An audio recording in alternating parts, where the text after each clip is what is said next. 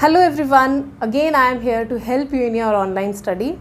7th chapter, Conservation of Plants and Animals we are doing. Today we are going to discuss the main subtopic that is conservation of wildlife. But before that we will take one more little topic and very important topic which is directly related to our life, that is recycling of paper. Now the question is that what and from where this paper comes from and made from. Paper is made with the help of trees, and you will be surprised that 17 fully grown trees are required. 17 fully grown trees are required to form 1 ton of paper. If so much large number of trees we have to cut to form 1 ton of paper, it means cutting of trees for the paper also lead to deforestation. It is a very big cause of deforestation because paper making is very big industry nowadays. Okay, and we can't even imagine our learning without paper, because anything we want to write, we want to have paper for that. So what can we do to conserve the paper? Okay, the first thing which help us to conserve the paper, that is we will use paper carefully. Careful use of paper. Save one paper at least daily. Third thing is that we can recycle the paper. Okay, we can recycle the paper, and one paper can be easily recycled up to 5 to 6 times. Easily, one paper can be easily recycled and reused 5 to 6 times. So here the concept of recycling of paper comes, that how we can get rid from deforestation by recycling the paper. Now what is recycling of paper? What does this term means? It means that we should process the waste paper and use it again and again. That we can process the waste paper and we can use it again and again, and I had already discussed that one paper can be reused 5 to 6 times. So all these things help us to conclude that if we save paper, what we can do? If we save paper, reuse paper and recycle paper. So if we go for saving paper, reusing and recycling of the paper, then 3 things we will helping out. What are those 3 things? We can save trees from being cut down. Second, we can save water, because water is also required to form paper. Third is we can save energy. And what kind of energy we can save? Electrical energy. How we are saving electrical energy? Because to run big industries, we need to have machines, and those machines will help in processing the waste paper. Okay, recycling of the paper, or you can say making of the paper, and those big machines run on the electricity. They use electrical energy. Okay, so by saving paper, reusing and recycling, we will go for 3 things. That is, we will save the trees from being cut down, we will not help in deforestation by this, then we will save water, we will save energy. So this is all about the first topic of the day, that is recycling of the paper. Now we will discuss about the second main topic, that is wildlife conservation. So second topic is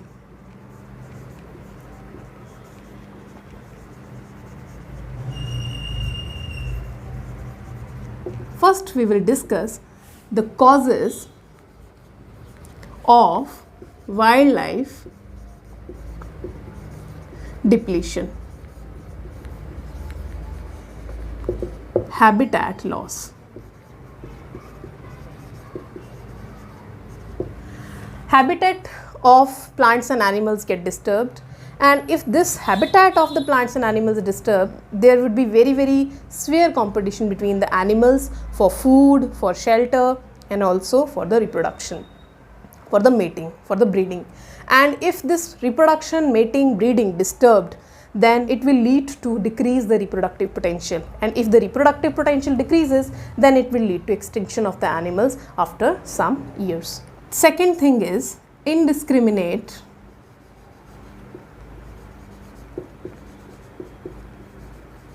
hunting.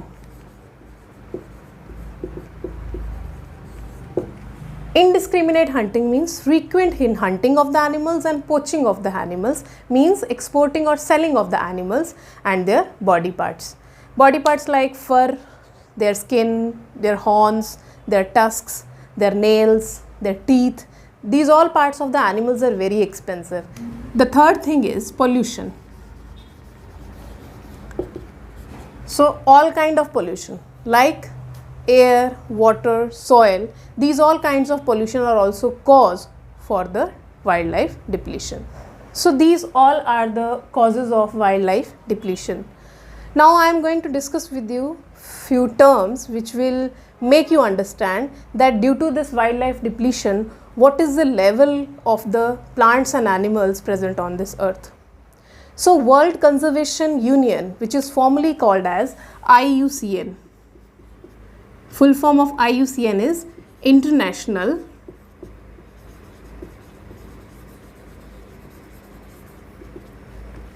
Union of Conservation of Nature and Natural Resources. Because we know that wildlife is a good source of biological resources. So IUCN is responsible for looking after the level of the species of the plants and animals. So first of all, they had made a main group and they had given the name to that group, that is threatened species.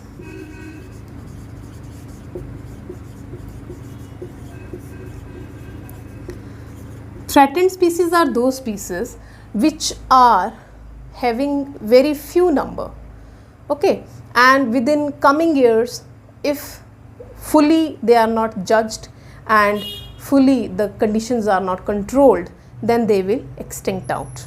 Okay, so threatened species are categorized again into three parts. The first part is endangered species.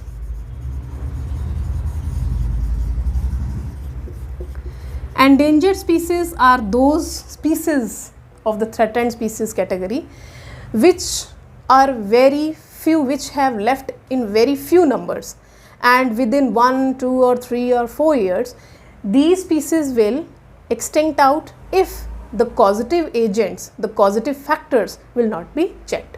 If we exemplify these threatened endangered species, then you can go for Asiatic lion, long-tailed macaw, crocodiles, blue whale. These all are the endangered species. Second category of these threatened species is vulnerable species. These are those species which are on the point of entering into the endangered part, so that if the causative factors due to which these species have become vulnerable If that is not checked properly and judged properly and being taken care of properly, then soon these vulnerable species will enter into the endangered species. If we go for the example of these species, then we can go for chinkara, blackbug, golden langur. Okay, so these all are the vulnerable species, and the last one are the rare species. Rare species are those species on the earth which are very special type of species, and they are related to only one geographical area.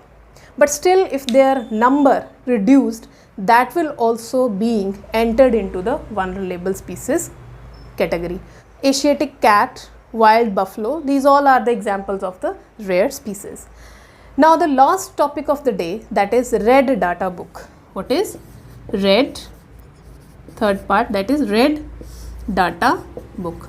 Now this red data book is very main book, because this red data book is maintained by seeing the level of extinction of the species, that how many number of species are present on the earth of flora and fauna, what is the level of their extinction, in which country. So this red data book is very important book, and it helps us to know the level of extinction, the level of vulnerable and level of rare species of flora and fauna present in our country. So this is all about today's session.